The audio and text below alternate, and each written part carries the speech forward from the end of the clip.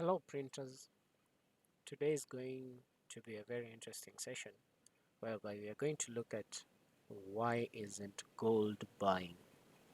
Today is the 28th of June 2025 and I'm going to go over this analysis whereby the commitment of traders is one of the important vital tools for a trader to have, whereby this gives you an insight of how institutions are pushing money.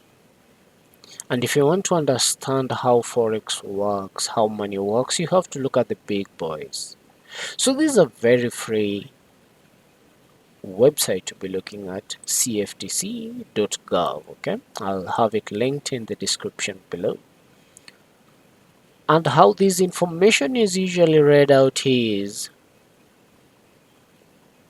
it's usually updated every Tuesday, but it's made available to the public Friday 5 p.m. my local East African time. So you're going to look at the data and then it's going to tell you. Let's open, for example, metals and others. And we want to look at gold specifically. So I'll scroll down to where gold is and we can say gold is in this category here. Whereby going through this data, we do have the producers, the dealers, the managed money and other reportables.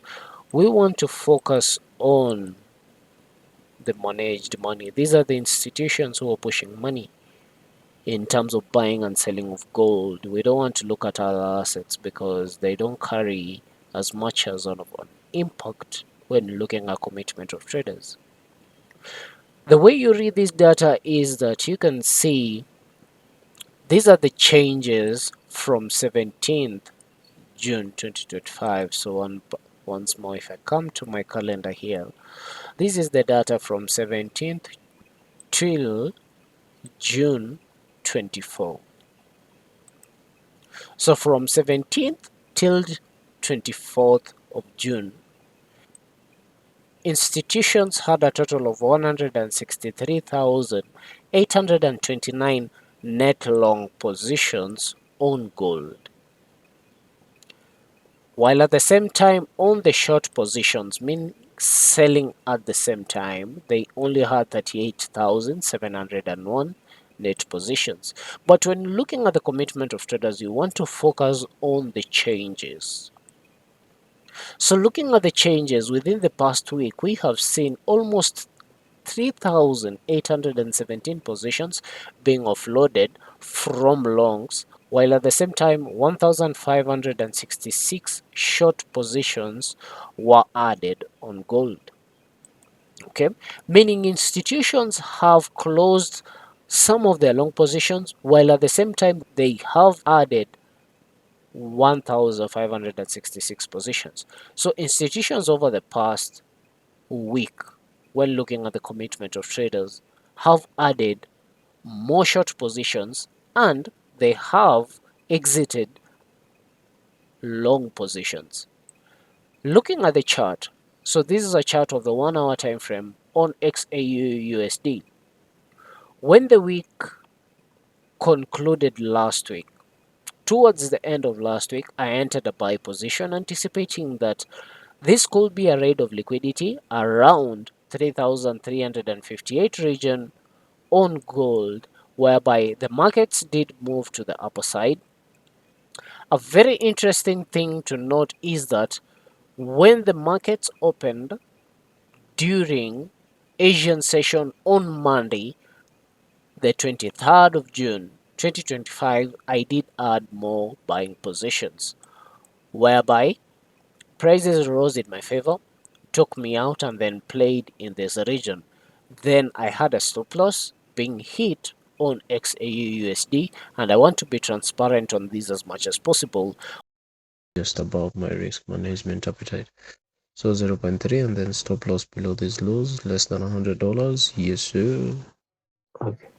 This was the analysis I did have. With the geopolitical tensions rising, the yellow metal will be seen as a safe haven But at the same time, there's something very important that I did that I usually don't do very often.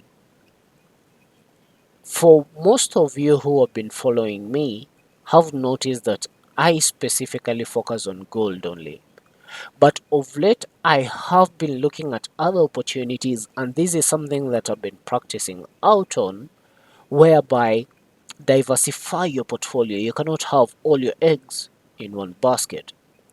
So, what I tend to do is that because I knew that there was a possibility we are going to have high volatility when the market opened. Remember, during the weekend of last week, that's when the United States did attack Iran. And we did see gold in a consolidation, and we were looking at something playing out of this region that I'm currently looking at. So this brings me to the next trade that I did partake in, and this was the S&P 500. As you can see, I have not changed anything while this information was live streaming on my YouTube channel, whereby when the market opened, once again, I was looking at these charts. You can see my timeline here, and I do have screenshots bearing where at the exact point in time whereby I was looking at this information. This would have been the Asian Open on Monday, 23rd of June 2025. When the markets opened, because I was looking at these charts also, the market gapped to the downside, whereby you do see we have relatively equal lows, whereby on the 5th towards the 6th of June 2025, prices tapped 5,920 region, then on the 13th of June, then on the 19th of June, when prices attacked these lows, this is a concept called accumulation, manipulation, and distribution, whereby the markets accumulate around a certain region. In this particular case, I was looking at 59.23. And then the strategy goes on to tell you that if the market trades liquidity, then starts trading above. By in this case, I'm meaning the candlesticks are closing above the regions of liquidity. We say this is manipulation, whereby the markets accumulated fast liquidity, and then we had this manipulation because we do believe their sell stops are residing below this region. Now, for institutions to push money, they have to grab that liquidity. The masses have to be taken out. In this particular case, we did see the market gapping to the downside. When the market started trading above the liquidity, this is a good signal for you to buy the market, anticipating that this could be fuel to the fire that the market could be heading to the general direction that it has been heading to. Now, I specifically like using the 1 hour time frame, but if we can go to the H4 time frame, let me remove this information. After the market perceived the data, I want us to look at this piece of price action here. Ever since towards the end of February, January there, whereby the S&P 500 made all-time highs around the 6,150 region. And then the markets, all of a sudden, Donald Trump came in and talked about the tariffs. The markets perceived this information as negative. It tanked to the downside. Because whenever you're looking at the S&P 500, this is a measure of the top 500 companies in the United States of America. Whenever there is fear in the markets, especially in the equities, investors tend to sell the markets, whereby there was a lot of fear. What people didn't know, investors didn't know what was going to happen in the financial marketplace when the tariffs will be enacted. So what happened? The market sold. But we had one of the best and greatest gains on the S&P 500, looking at over 28% gain in the past 84 trading days, which is quite astonishing. So the overall market has been trending to the upside. We just needed Let me remove this. We just needed the break, the push to the upper side, and this is how you follow the big boys. This is how you follow institutions in the financial marketplace. So this is one of the blessed trades I had this week. But I want to talk about USD CHF before we conclude on this. During the same market open on that specific Monday, which was this Monday, on the 23rd of June, referencing back to it again, I looked at USD CHF, and once again, I want to go to the daily time frame on the USD CHF, and let's look at price action where we've been. You have to look at where you've come from for you to understand where the market is headed to. We have been seeing that the most recent trend has been happening ever since November 2022. Now, looking at USD CHF, the Swiss franc it's a very interesting currency. It's a very interesting nation to be looking at in terms of how their banking system works.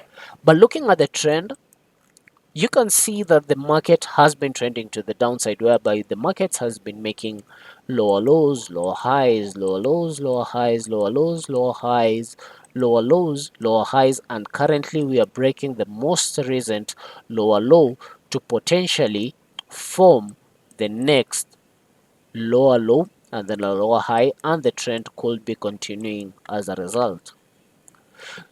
When the markets opened, I looked at this opportunity and I asked myself, okay, what could be the and I'll talk about it in a very in detailed separate video, whereby the Swiss franc, whenever there is uncertainty in the markets, it's usually a safe haven.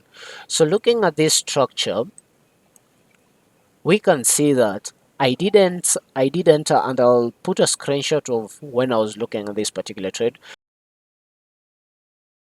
To attack places of worship, let's say like Jewish synagogues Mm-hmm. here in the United States and other So half a lot locations. size So don't behave that it's hard bad. to 100% estimate what that Mm-hmm. response will be because we do know So that half a Israel lot size has don't behave that degraded bad. Iran's electronic capability, and they have also throttled back on that. I entered a sell position when the market opened. The markets nearly took me out at this particular region, moved to the downside, but somehow I was taken out of these move to the upper sides on my broker, whereby the spreads did tag me out on this beautiful execution. And as you can see, this was a 1 to 5 risk to reward ratio, but this happens sometimes in the financial marketplace. One of the best lessons I can take away from this week is diversify your portfolio. No matter how good you see yourself on a particular asset, whenever there's uncertainty in the financial marketplace, usually diversify your portfolio. I want to leave it at that point on this video. In case there's any inquiries, kindly feel free to reach out in the comment section and I'll be glad to be of help. Have a blessed day, a blessed afternoon, or a blessed morning, wherever you are watching this video from.